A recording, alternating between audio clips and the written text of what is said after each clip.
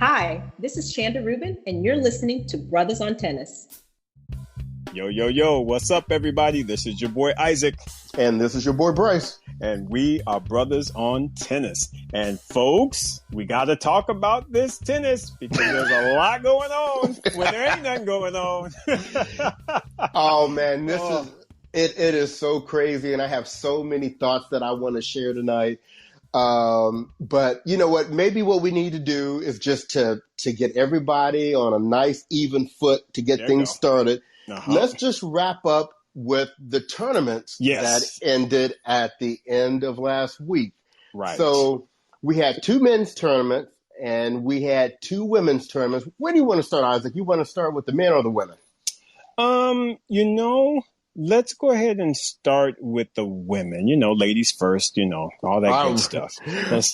Let's be right. All right. So they were over there in Abu Dhabi, and when we talked to you last week, we had the semifinals set up. Mm-hmm. We had Kudermetova and Kostyuk, and one at the bottom of the draw, and we had Sabalenka and Sakkari at the top of the draw. And Isaac, I think it kind of played out the way you thought it was going to play out. Yeah, I think we both were kind of like, whoever is winning on that top half of the draw, that's really who's going to determine the champion. So our whole thought was, will it be Sabalenka or will it be Sakkari? And I felt like that was even though the score doesn't reflect it, I thought it was a good match from the standpoint of, Sakkari was out there trying to hold her own, trying to be aggressive. I just think she was a little bit off that day. And Sabalenka just immediately got out there and was like, yo, I am queen aggression.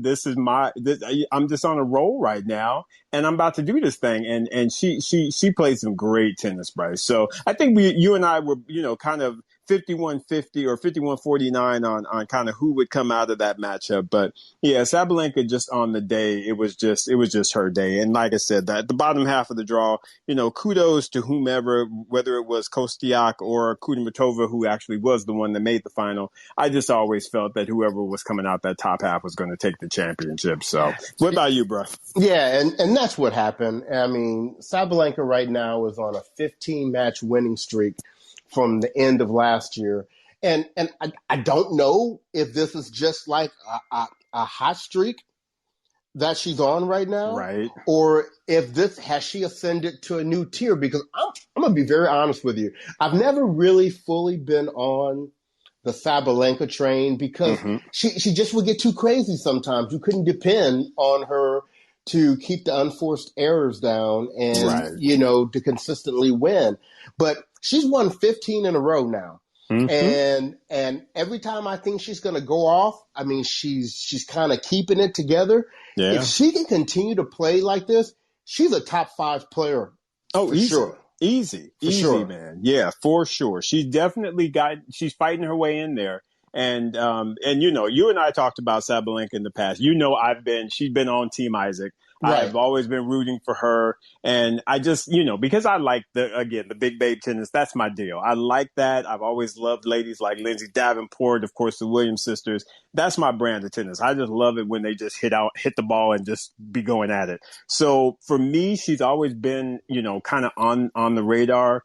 I do feel like what you said, what you're seeing is maturity. What you're seeing is her kind of really better understanding her game. And because I tell you what, Bryce, as aggressive as she was during that tournament, you also have to give her mad props for some of the defense that she actually played. She did. She played some good defense. I mean, I was impressed with her movement because because she's a bigger girl. So I just didn't really think that she had that good mobility. And I kind of had her in that same category as kind of like a Lindsay Davenport. But she has been showing up and she's been showing that, I got some movement too. Don't be putting that past me.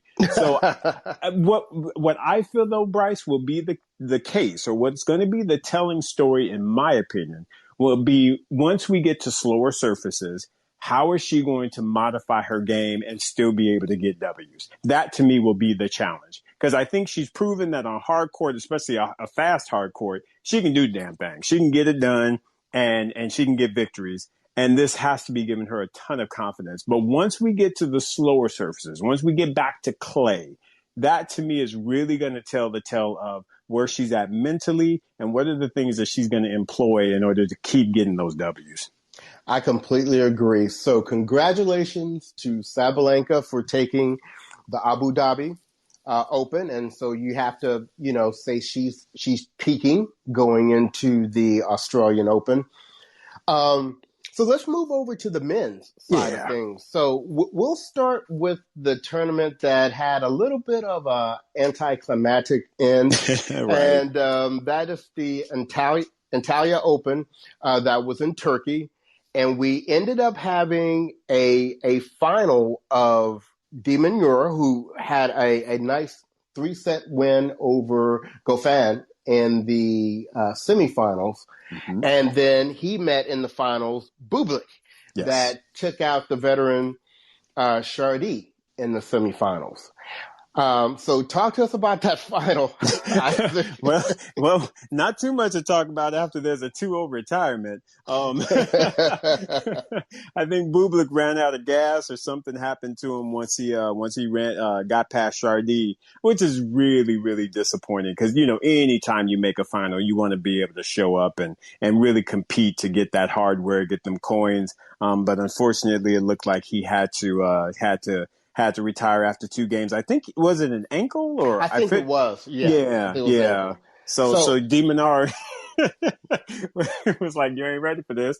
And well, because they said he hurt his ankle actually in the Chardy match. Right. And I'm sorry, Demonar is not the person you want to play. No. If your ankles ain't right.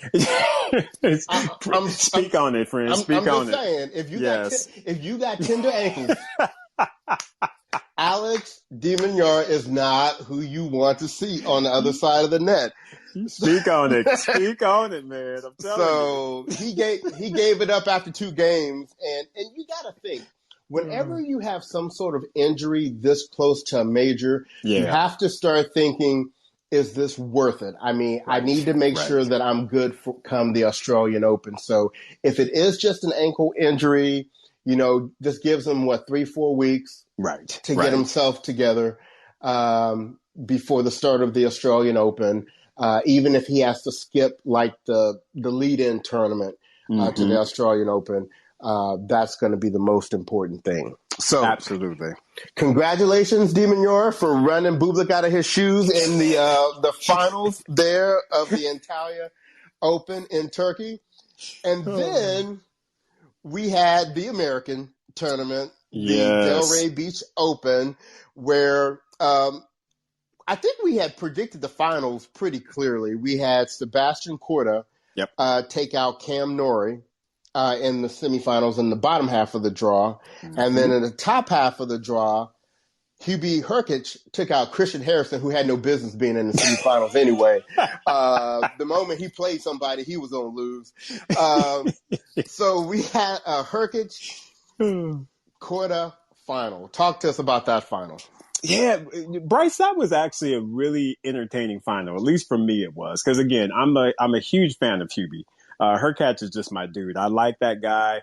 He's a younger guy. He's, not young, but he's maybe 23, 24. But I've always been impressed with his game. It's just very clean. It's kind of effortless, if you will. I put him in that category of he just kind of has a heavy game.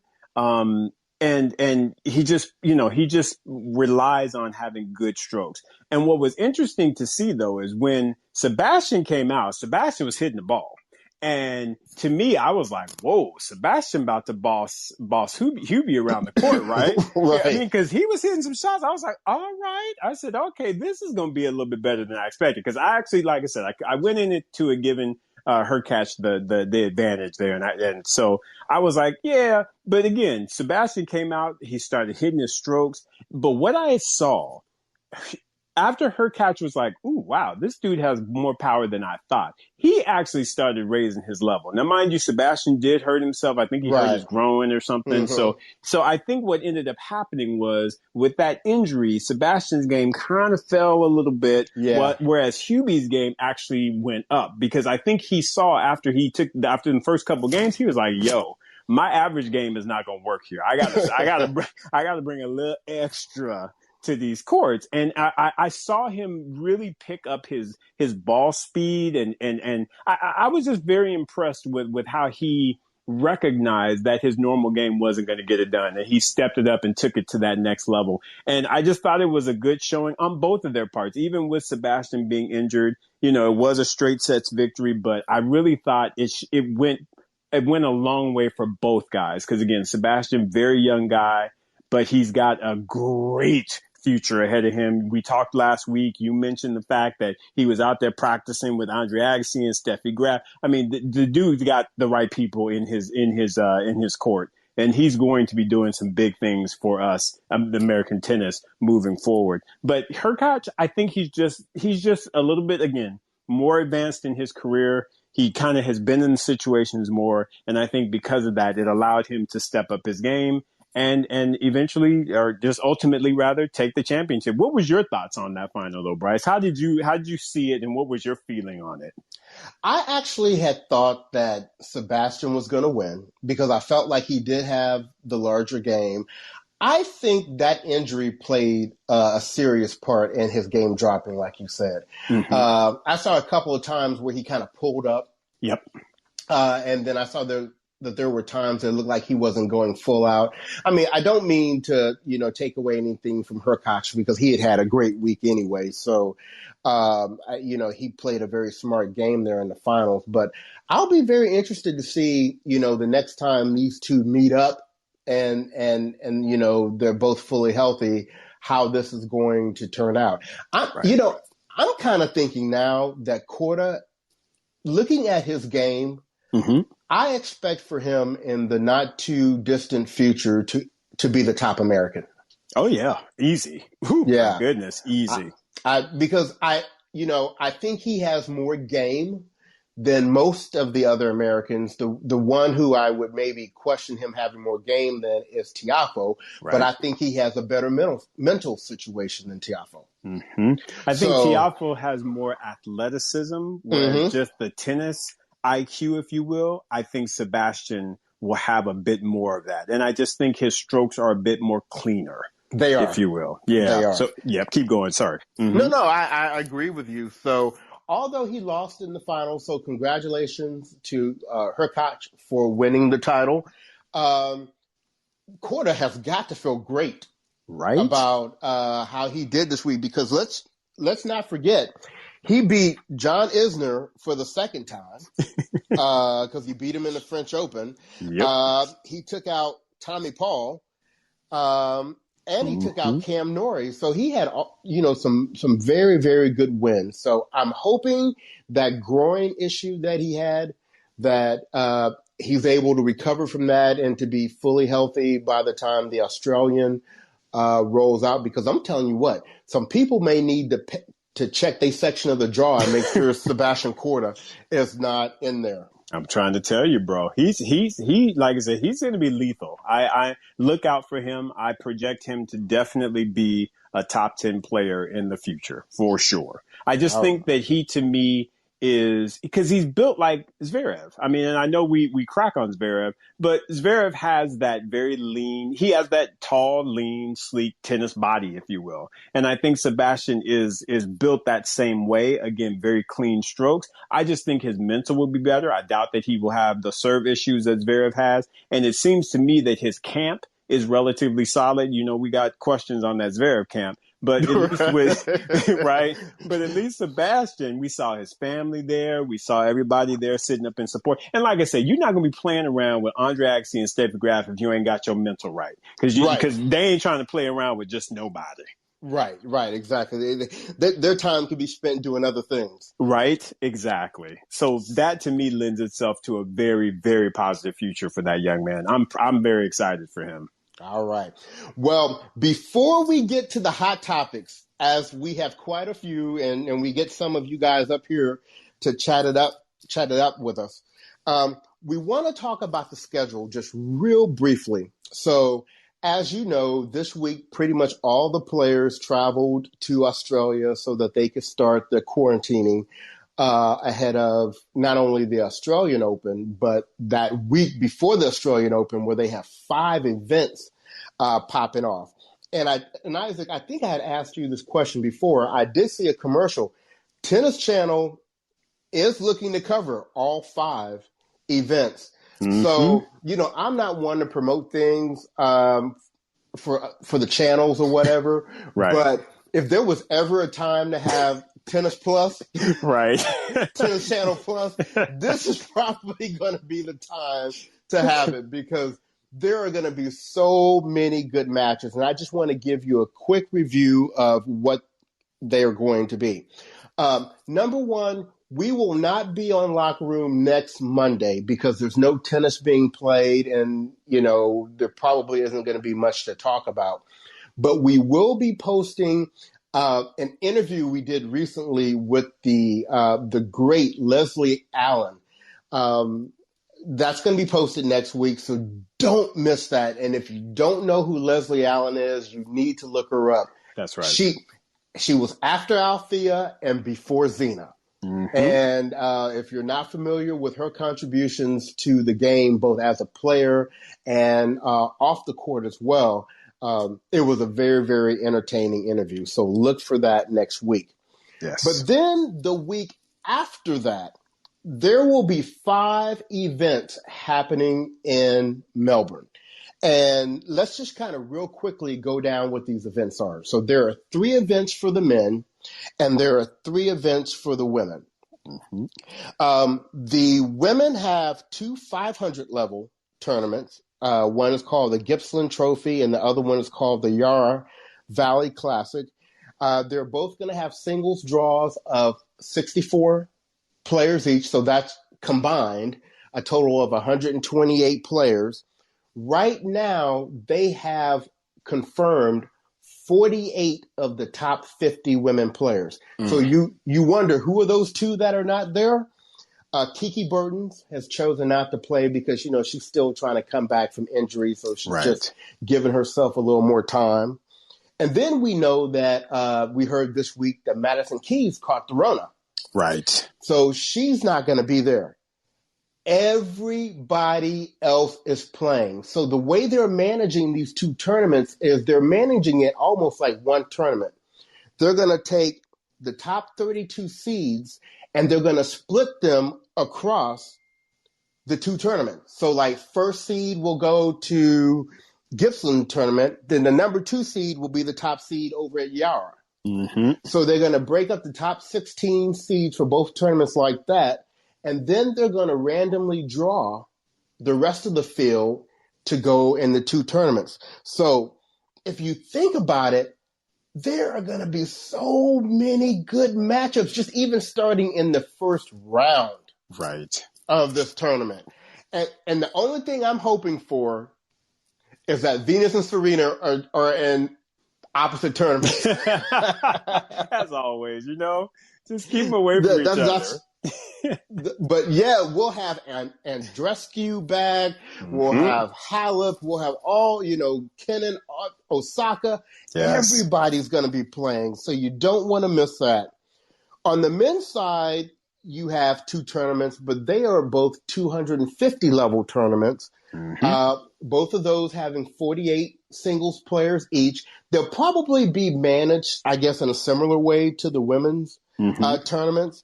But the reason why you have a smaller number of singles players in the men's tournament is because they also have a 3rd event happening, which is the ATP Cup.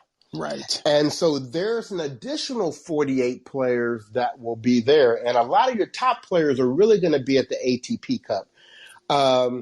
The 12 countries that qualified were Serbia, Spain, Austria, Russia, Greece, Germany, Australia, Canada, France, Japan, Italy, and Argentina. So you're talking about you're going to have players like Djokovic, Nadal, Thiem, Medvedev, Tsitsipas, Zverev, Schwartzman, Berrettini, Nishikori, Monfils, Shapovalov, De Minaur. That's really where the big guys are going to be mostly.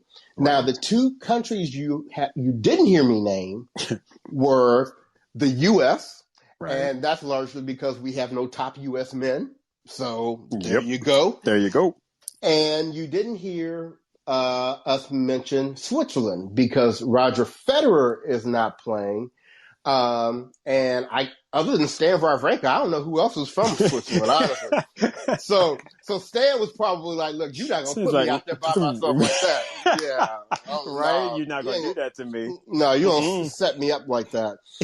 And and in addition to these 5 events, right before they start in Adelaide, there's going to be an 8-person exhibition. Now, they've only named 6 of the players, but let me give you who those 6 are. Djokovic, Nadal, Thiem, Serena, Osaka, and Halep. Crazy.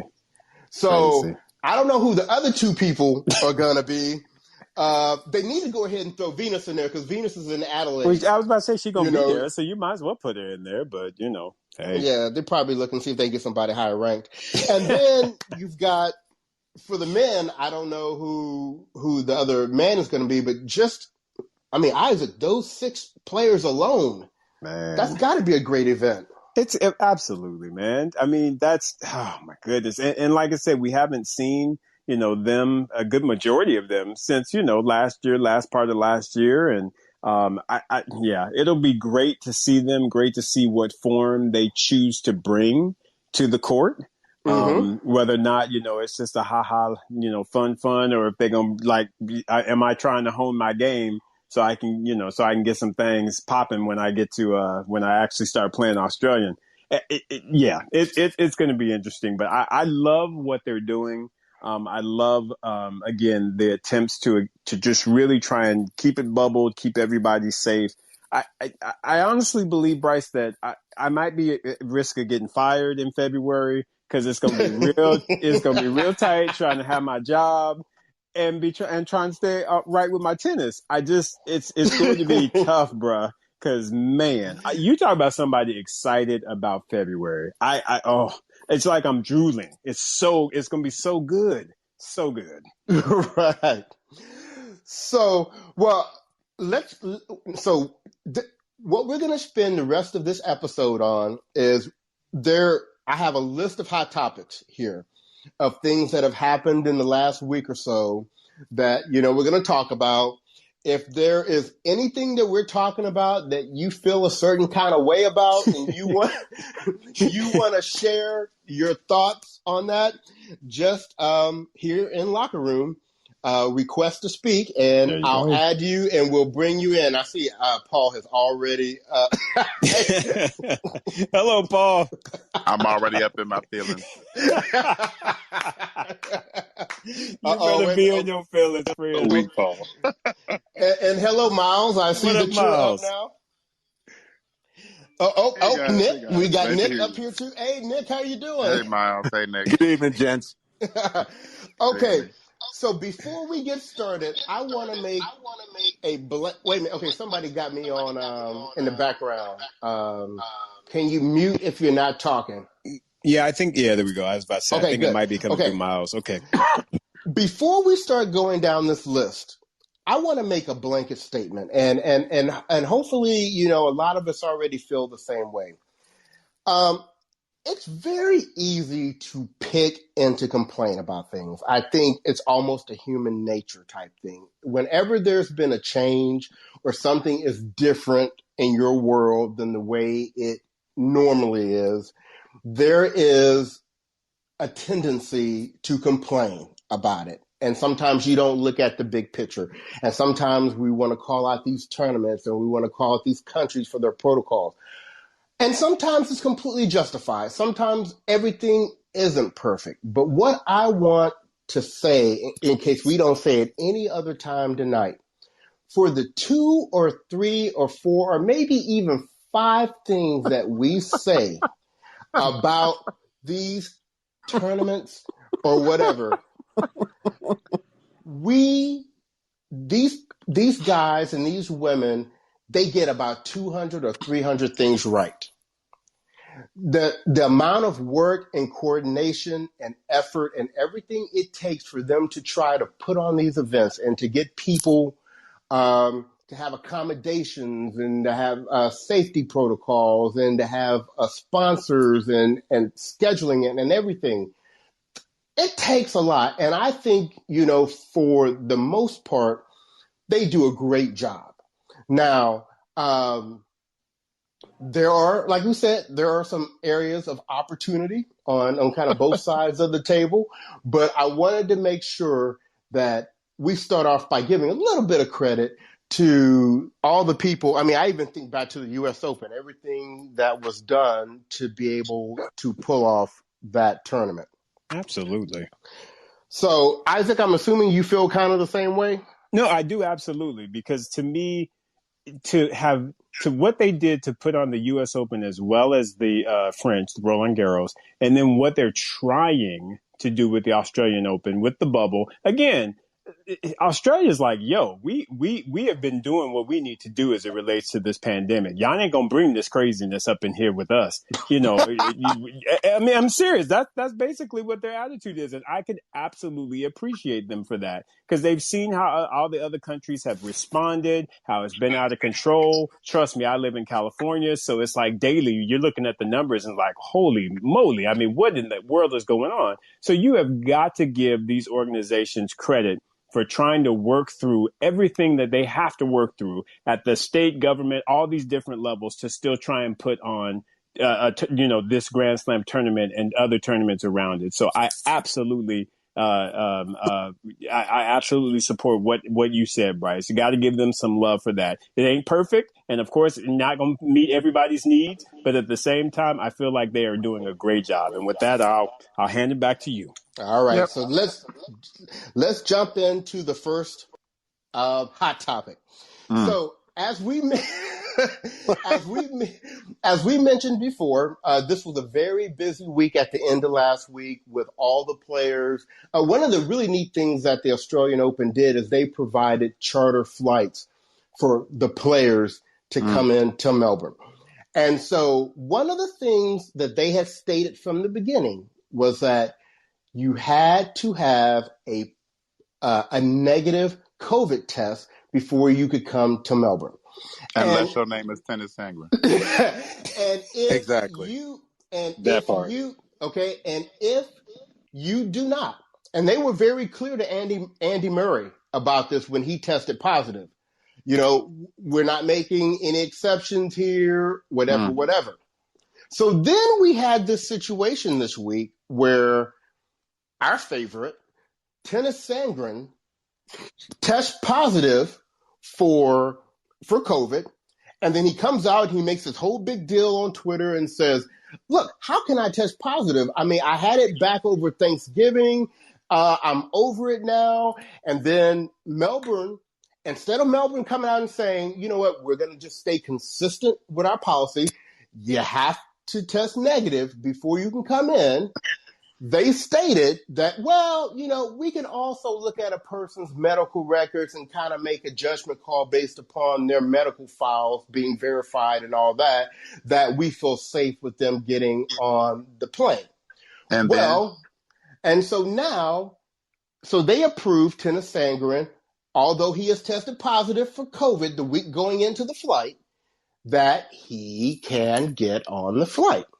Well, once that flight lands in Melbourne, somebody else now had COVID that didn't have it when that plane took off. And so what I don't understand, and I'm going to let everybody else speak here, is like, why did the Australian Open feel like they had to make this exception for anybody, let alone for Tennis Sangren? I mean, they could have very easily taken it's Tennis Sangren. I mean, ain't nobody checking for Tennis Sangren. Enough said, right?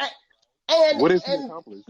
They could have easily been like David Ruffin from the Temptations and been like, Ain't nobody coming to see you, Otis. You know, there is nobody who was checking for tennis Sangren. So why would they take a risk of just their own reputation of approving somebody with a positive test to get on a plane with other tennis players who are currently negative to fly to Melbourne? Because now what has happened is everybody that is not only on a flight where somebody tests positive when they land, and we have 3 flights now, one from LAX, one from Doha, and I think one from Abu Dhabi or Dubai.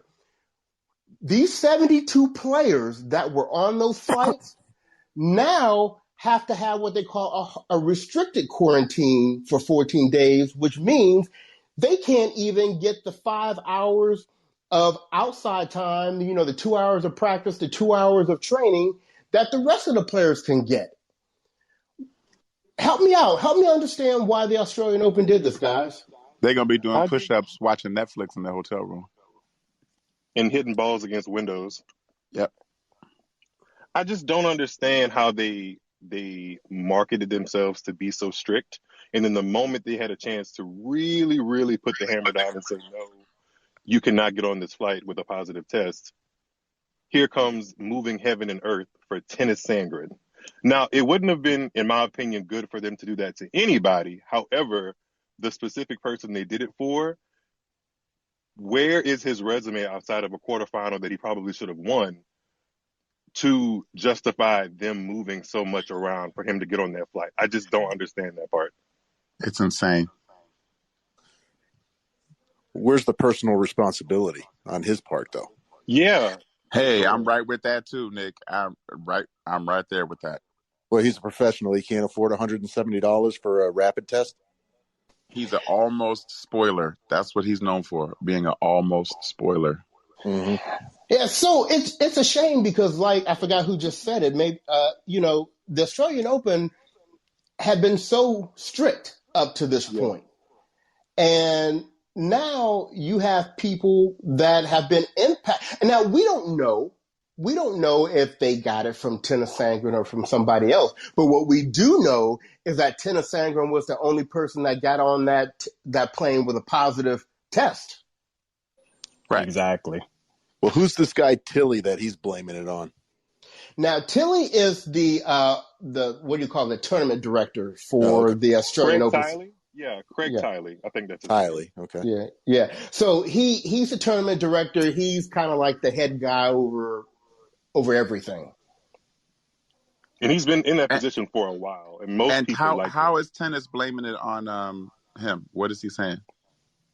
I guess he said that he gave him the green light to go. Something like that. What I read is that they made some kind of special provision to where, and I have to go and find the actual article I read this on, but he basically got medical clearance from Australian government or Victorian government to fly because they did work or they actually looked at his medical file so that to see he wasn't contagious, which I don't understand again how they moved so much of their strict rules for that to happen. It was like they left one way and then as soon as it was time to leave again, they went the other way. It just didn't quite make sense and doesn't make sense. For a guy that's going to get knocked out in the first or second round. Like Exactly. Right. Exactly. So well, it just speaks to his character too, that he would go through all this to try to even get on the flight. You know, just have some respect for the other players and say, I'm not getting on this flight. But he also made light of it too and joking about it on Twitter, which again added insult to injury. Yeah. See, as Miles said the other day on his IG, I would have to see tennis outside in the parking lot. And, you know, I know one thing, Victoria Azarenka ain't to be played with. She might just meet him out there. That's another thing. It's not, it would be another Did thing she get if it? the name. Well, she's one of the ones that she was on the flight with him, so she's quarantined and she can't practice. And she's a groove player. You know, Sloane is one of them too that's stuck in the hotel. But Sloane can kind of come out the hotel room and just get hot. That's her game. She can just, or not. Or not. well, I'm saying Or not. she's a hotter nap. You know what I mean? But you know what I mean? Sloane is a hotter nap. Right. Once the next thing you know, she's in the semifinals, and you're like, how did she get here? But Victoria Azarenka is a groove player. She loves to practice. She needs to practice. She loves to get in the heat and get acclimated to the weather, and that's that. And she has a shot. Right. I was He's going to lucky say he's that. not getting sued. Yeah. And I just want to. He knocked out people like those are just three names: Azarenka, Sloane Stephens, and Kei Nishikori, who have all found themselves in Grand Slam finals and are marketable players. He affected huge names and huge draw to the Australian Open. It would be one thing if he was on a plane for the qualifiers, not to belittle them, but it's Victoria Azarenka, Sloane Stephens, and Kei Nishikori we're talking about, headline players, you know? But one of the things that I want to call out about Azarenka, though, and this just really highlights what a special person she is. There have been a lot of, the reason why I said what I said in the beginning is because a lot of these players, a lot of these younger players have been over there complaining that, they don't like the food that's coming to the room. They can't do this. They can't do that. Azarenka is one of the people that's on this, what we call restricted quarantine. So she can't do what most of them can do. And they talked to her, and her perspective was, you know what? Yeah, it's kind of a messed up situation, but you know what? I'm blessed to be in this position to be able to do this. And you know what? It'll be all right. Well, that comes from that comes from being a parent. Well, Bryce, I think she actually listened to the Brothers on Tennis episode where we was about to get her for all that whining she was going to do in that last tournament for being too damn cold. So she got right with Jesus. That's what that was. She got right. She don't want to mess with Brothers on Tennis. Come on now. I think she's actually in a very happy spot. I think obviously the 2020 U.S. Open run helped with that, but I've seen her Instagram posts and stuff, and they've just been the complete opposite of what her peers are, and they're just happy quotes and just trying to keep perspective on things. Like Paul said, I do think it has to do with her being a mom, but I think she's gotten past a lot of the things associated with her becoming a mom that it kind of hindered her, and it's all kind of come together, and she's choosing to be on the positive perspective, even though it really could be easy to look at how messed up the situation is. Because I see both sides of it. I see why I would be annoyed, and I see why I would have to try to choose happiness. And she might be putting all that happy stuff on her social media, so she's not a suspect. When Tennis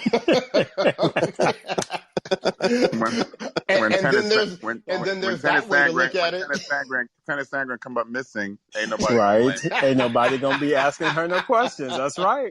She'll be like, who, me? I'm happy. What are you talking about? So anyway, we want to keep our eye out on how this develops and how this may even impact some of the people in terms of their preparations for that lead-in. Because now what that means is the people that are on the restricted quarantine, they don't really have any practice going into those 5 events that are the week before the Australian. They're jumping into those cold. So fortunately, they're jumping into those cold and not the Australian Open cold. Yeah. So, is Serena playing this thing in Adelaide and then also coming down to play? Because you said 48 of the top 50 women were in the. So she's so Adelaide is before that. Yes, it's the weekend before that, and it's just a one-day exhibition with those 8 players. So they'll probably do some mixed doubles. They'll do some exactly. They'll get that stuff in, and then they'll hop on down to Melbourne and get it going in that tournament. So yes, a lot of really good stuff. So let's move on to the next topic. I think it came out yesterday, maybe, but Alexander Zverev. Oh my God! Oh, Lord. I told you I wasn't gonna look so that you could surprise me. What now? Okay. He and Team 8 management are no longer together. Now, remember, Team 8 management is Roger Federer's management company. And so he's saying that I guess he woke up in the middle of the night one night and said, you know what? Team 8's pretty good, but I think I'd rather have my family run my business going forward. What? So his brother Misha, which I don't know if this means that he's retired now as a player. I know he lost in qualifying for the Australian, but Misha and some other cat are going to run his management. And then he said his family is going to be his coach. So I don't know if his dad is going to be his coach or not. Now, I understand Zverev is framing it like this, like, oh, I just kind of want my family to be more involved. But if you are on Roger Federer's management team, I'm sorry, unless your family's got some skills that I don't know about, what I think probably happened is you've got all this negative press about the coronavirus for everywhere tour and playing Mike Tyson with your girlfriend and all this other kind of stuff. Good night. That we know how Roger Federer is about exactly. Image. And remember, Roger was all buddy and kicking boots with Tiger Woods until his wife took that golf club to his mouth. That's right. And then wait, and you know who that's really about though, because Roger is one of them easygoing. That's Mirka. Oh, right yes. Well, yeah, because you saw how Mirka clowned on Stan Wawrinka. That's Mirka. You saw how Mirka clowned on Stan Wawrinka. Don't get it twisted. Right. Mirka is yes. You talk about somebody who knew they couldn't make it in tennis and leveled up. Mirka. Yes. I give her full credit. She said, let me get 4 airs and let me get this ring on my finger. Let me sit here and look concerned in these little Miss Piggy sweaters, just buttoned right at the top. Mirka said no. Mirka's no joke, man. Don't trip. Mirka Why do you think Roger's not playing the Australian? His knee is fine. Right. Mirka said no. It's going to be a mess down there, Roger. We're not going down there. Yeah. It's probably her. Exactly. So what do you think happened? You know, do you think Zverev proactively left Team 8, or did Team 8 say we can't play with this stuff? They kicked him to the curb. I think it might have been an honest mixture of both because, you know, we mentioned Roger Federer's image. But then again, Zverev has continually he keeps sticking his foot up his behind. So it might have just been one of those situations where he was just like, let me just trust my family. So it could have been a mixture of both. Well, don't you feel, though, that everything he's done, Miles, has been everything in his career, everything in his attitude leads you to believe he's someone who wants the spotlight and wants the money and wants the attention and wants the good life. So knowing that management can bring him that, I find it difficult to believe that he would just say, oh, they're not doing it for me. You know, yeah, that's a very solid point, too. Maybe it's 80-20. Maybe it's maybe he saw the writing on the wall and made the move. But I think that the writing was on the wall. Because he has way too much surrounding his head right now, off the court, Yeah.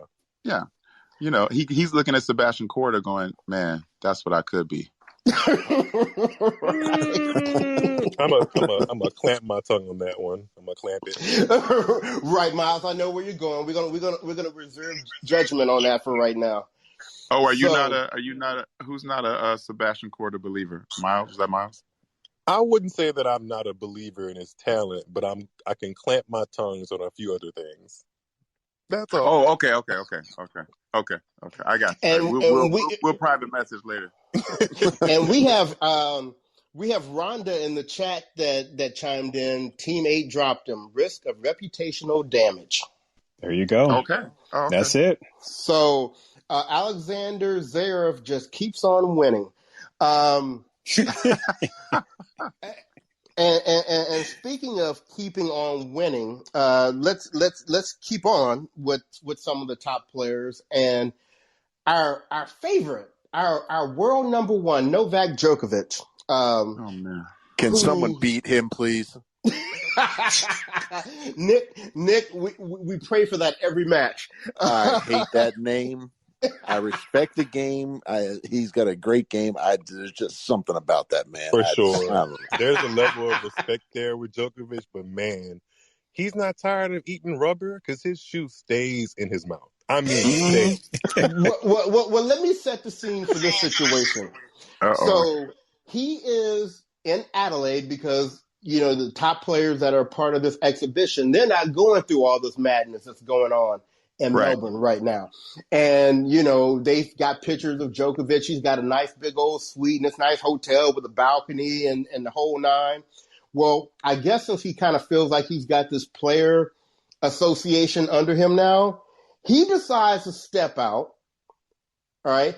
And he decides to send a letter to Craig Tilley, who we just talked about, and said, this is what he wanted for the players that are there in Melbourne.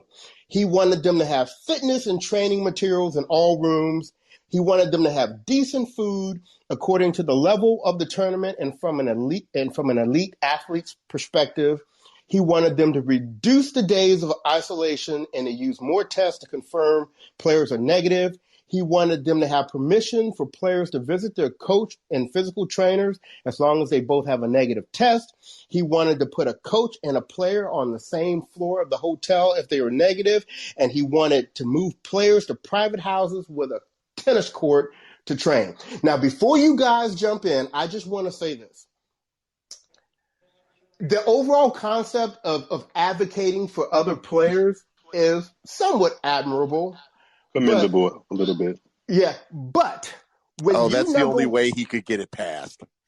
Right. But if you, number one, aren't even in that situation, you're already staying in a more luxurious situation. And number two, who are you to tell another country about what they're going to do about their safety protocols about COVID? Especially given your track record. Right. We've already seen how you would handle it, Mr. Coronavirus Tour for everybody. I mean, who would listen to Novak about how to conduct a tournament in a pandemic situation? It would be like going to buy a book from Tiger Woods on monogamy. I mean, why would you do that? So anyway, I'm just going to turn it over to you guys. And by the way, who called Djokovic out over this? Our good friend Nick Kyrgios. Whatever. They're going to come to blows when they see each other. I think Nick might have to pop Djokovic. They both deserve a good popping, actually. But. True. Nick kept it simple and plain. He just called Djokovic a tool. Wow. No, wait. I got two questions. The one is a simple answer. Is Kyrgios on track to play the Open? Is he fit and ready to play? Is he scheduled to play? You asked a couple of questions. He's scheduled to play. He's scheduled to play. Okay. Yes. Sorry. He's scheduled to play. My other question is for Djokovic, when he was asking this of Tilly, was he asking it for all players? Was he asking it for just those who have signed up for his little like Trump-esque, QAnon league? Or was he asking it for the women as well? Like, who was he asking this for? Well, he represents the men players. But all the men players? Or is this just the 50? Like, how is he going to ask with a straight face for 128 men to get this all these houses there you with go. tennis courts and like, what is he? I'm saying this very seriously. Who was he really asking it for? Every player that enters, including everyone who qualified? Like, who was he asking it for?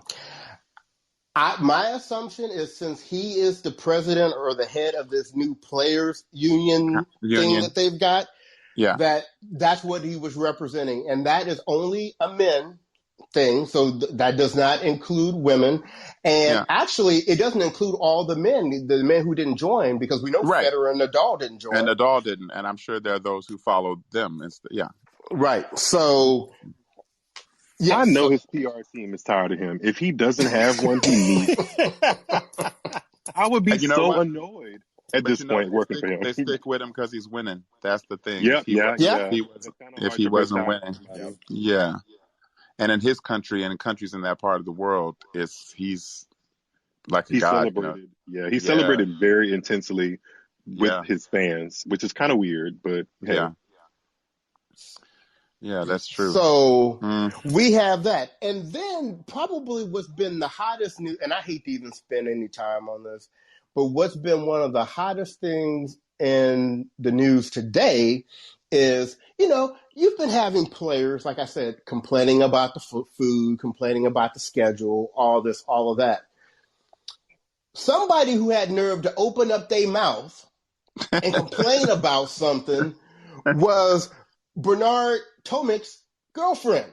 What? And yes, she was complaining that she's used to having somebody do her hair twice a week, and she doesn't wash her own hair. That's just something she doesn't do. So she feels trapped in this whole situation because she's there with Bernie, and she's mad that their place only has one bathroom. She said she's never used a bathroom in front of Bernie before. That's a line she hasn't crossed in their relationship. Didn't they put that on OnlyFans?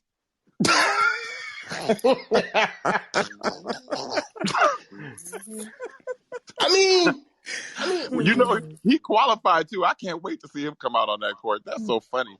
Right. I forgot he still played. Honestly, I he thought qualified he was in a tight third set tiebreaker too, which is interesting. I didn't think he was going to even qualify for qualifying. Like I didn't think he was there in his career. I thought the whole OnlyFans thing was him moving on a new direction.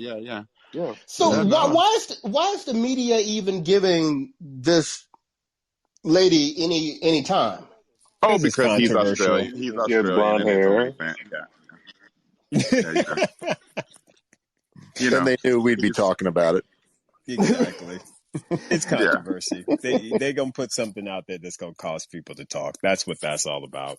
Shame on her, though. I mean, honestly, just, appreciate where you at. Because your boyfriend ain't been doing much for a good while now. So, at all. Like you said, a lot of people thought that Bernie was basically, moving on to something else outside of tennis. So the fact that he qualified, you should be celebrating that and not complaining about folk doing your hair. Right, exactly. Did y'all see the Sasha Vickery tweet? No, what'd she say? No. Okay, I got to look it up. But she went in on all these players complaining. Oh, yes, I did see that. She has come from, a difficult struggle. And she just went in on the entire men and women, all of them, about how lucky they are in life. It was, I'm sure one of you all can find it faster than me. I found it. Good. Yeah. Good for her. Did I read it? Yeah. Read it. How are these main draw players in AO actually complaining about quarantine measures? You have a chance to travel and compete after a worldwide pandemic where people are suffering to survive while you make $100,000 just to sit in the room for 2 weeks. Girl, bye. Emoji. Exactly. Bye, Felicia. Get out of here with that. Good for her. And do you know, okay, and this is a very good point. So they had the airfare taken care of with the chartered planes. Yep. Their hotel is being taken care of. Their food is being taken care of. And guess what? In case they don't like their food, they get $100 a day that they can order. They can get stuff delivered if they don't like Uber the food. Eats, DoorDash, and Postmates. Right. Yep. That the hotel doesn't supply. And then, like they're saying, these people that are losing in the first round of the Australian Open are going to get $100,000. Are you serious? Yeah. Pretty much, yeah. So, right. What are you complaining about? Do you know how many people in this world would love? I'd sign up for that. I would too. Yeah. Shoot, I'd take the double bagel and laugh walking off the court. Exactly. Right, exactly. Dude, with that kind of situation, I'd fight my way into the second round. Somehow I'd pull a bootleg and be serving under her. I'll do what I have to. But that just goes to still the ranking and like the payout system of how important these Grand Slams are. And you qualified, and here you are waiting to just get your check because you know you're going to get one whether you lose or not. You're going to get one, right? And you're complaining, And you know what's interesting? I saw online today that it just made me remember. I hadn't thought about this chick in forever. Was Angelique Kerber? For somebody who has 3 majors to her name, shouldn't I be thinking about her? She'd be sitting in her corner braiding her hair. Well, what's the scouting report on her? Anybody seen her? No, just that she resurfaced. I haven't heard a word on her. She plays well in Australia. She used to play well at the beginning of the season. Yeah, I like Kerber. She used to play well. Her off-season training used to be so good that she would show up. I hate to say his name again, but she would show up like Joe. Let me say like Agassi. She would show up like Agassi in Australia, very fit back in the day. Yeah. It takes a lot for Angie Kerber to produce that level And I think that's why it's tough for her. That it's Right. exceptionally tough. What she did those years where she jumped to number one and won those 3 Grand Slams, that took a lot from her, not only physically but mentally. She just doesn't have that naturalness about. Because I was looking at a story, or I was reading something, or it's like there's just anyway. Angie Kerber, it just takes a lot. So I'm not expecting too much out of her this time around. I think she's low key on retirement alert. Yep. Just not saying this season or the next, but it's kind of retirement alert, because she's accomplished basically all there is to accomplish. Silver medalist, Olympics, 3 Grand Slams, world number 1. Yeah, she's gonna make the Hall of Fame. She's gonna make it. So she'll she be good. Hall of Fame for sure. I don't know if I like that, but she's gonna make it. Right. Well, and I was disappointed to hear. Yeah, I hear today. you. I don't think she has enough hardware, but she's a great player.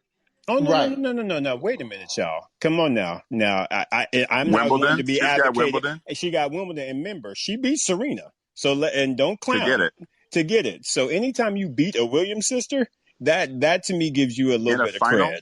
In a final. I feel a certain type of way anytime her name is mentioned, because I sat through that 2016 Australian Open and my heart broke. So she's not my favorite person in the world, but I give her respect. Similar to Djokovic.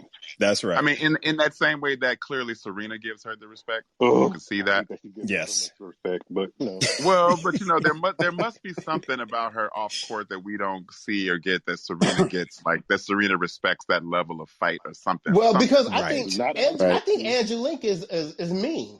And I think Serena respects mean. And because let's not forget how she acted with Andreescu. Oh yeah, she clowned. Right. Yeah, she called her drama queen. Right.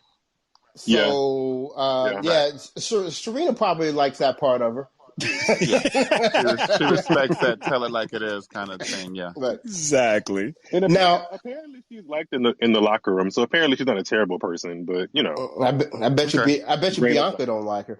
Oh yeah, I'm sure. But I was also disappointed today to hear that Jack Sock is not going to be in Australia, and I mean, not that I had hopes for him to make it.